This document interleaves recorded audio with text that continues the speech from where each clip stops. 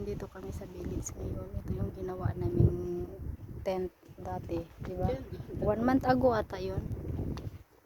Matibay siya, Tino. Kasi kahit mahangin, oh, di naman siya lumipad. Lagyan ko siya ng Ayan. yung pinaka-walling ba dito tayo. Nandito po kami sa tuktok ng langit, sa Paa ni San Pedro. So, nandun po yung city, kung saan yung bahay namin. So, ngayon, papasok tayo sa loob ng bahay at ano natin. So, tayo po yung magha-house tour. So, dito po yung pagpasok. Nandito na yung dining room nila. Dining room. Ang cute nito. Ano to? Ano to, te? Ano to, te? Decoration lang? Or pang ilaw? Oo. Ay, ang cute. Nagdiat ko na ito. Ayan. So, ayan. Aba, may pawain si Mayora. Ayan.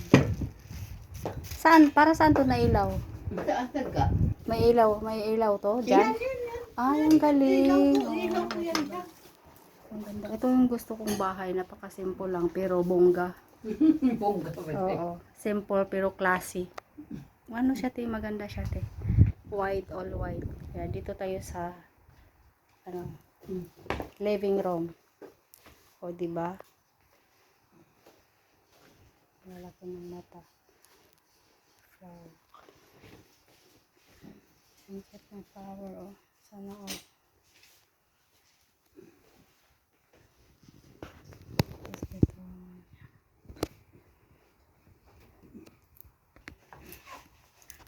Magmamove ako dito dahil tapos lagyan ko ng ano. Sige, ate. Ate, anong klaseng ilaw to? Yung lamp, kerosene. Dilagyan mo lang ng Gas? Ay, di ba ito yung ilaw sa mga ano makaluma, yung mga Maganda yan kasi parang ano. Oo. Ito yung flower na to, totoo to? Plastic lang. Parang totoo siya. No? Ang ganda na no? Oo. Orchids. Di ba? Nabudol din ako. Akala ko totoo. Plastic pala. Marami pa namang plastic ngayon. Naglipan aray ko, nabundol pa yung paa ko.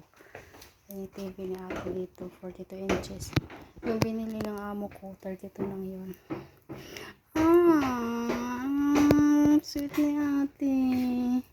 Andito yung binigay kong unan sa kanya. Ako nagbigay ng unan na to, guys. Nung nag-birthday si ate ng 60 years old last December. 3 binigay ko kasi I love you. Baliktad na to, te. Ganyan yan siya. Nalaspag siya kasi di ba dito sa bukid anong tawag nito? Maalikabok. Akala ko hindi importante ni ate yung ano ko binigay sa kanya. Ito yung pangpagpag sa mga pangpatay sa aling ano nga ba? Alimango. Pangpatay sa langaw. May langaw pala dito. Wala pa akong nakikita ng langaw. Pero bakit meron silang ganito? Baka siguro paypay. Paypay siguro to. Ganito palang paypay sa mga may edad. Pag mag senior citizen na rin ako. Magkakaroon na din ako ng paypay ng ganun. Ano pa ba?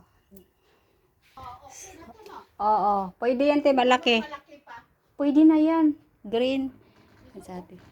So, dito ngayon, dito may tambayanan. Habang ino-open siya dito kasi open window siya eh. Ang ganda, no? Pagising mo sa umaga ba? Ito yung makikita mo pagising sa umaga, ate.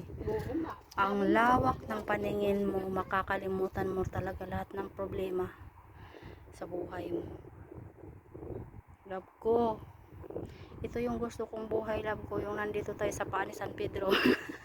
Tapos, iganyan lang siya o pag isara. Ayan. Pag gusto mo nang malamigan yung utak mo. Ay, thank you, Lord. Every morning, maisip mo talaga na ang sarap mabuhay sa mundo.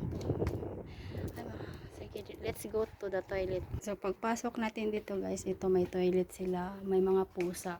So, ang tatay ng pusa na si MG Buat ay nakawala pa. Hahanapin ko pa mamaya. So, now, ito yung CR. Dito tayo sa toilet area. So, aba, ito po yung may shower pa si Mayora. Oh, ito lang talaga yung gusto kong bahay. Love ko, alam mo na. Simple lang. At elegant. Gusto ko malinis. So, hindi pa kasi kasi palipat pa lang sila ate dito. Hindi pa totally na nandito na sila. So, binibisit-bisit pa lang. So, diba, ang ganda. So, yan. Then, paglabas, ganito na. So, ayun lang guys, update ko para sa channel ko. Para naman, may ma-upload ako. Yan yung ref. Yung gumagana pa to ate? Oo naman. Gumagana yan. Oo, pag natapos na yung kusina mo, pag naalis na to dito, so maluwag na. Makalagay ka pa dito na area na pwedeng upuan din dito. Yung diba, nagsuggest pa ba yan. Thank you so much guys for watching and see you for my next vlog.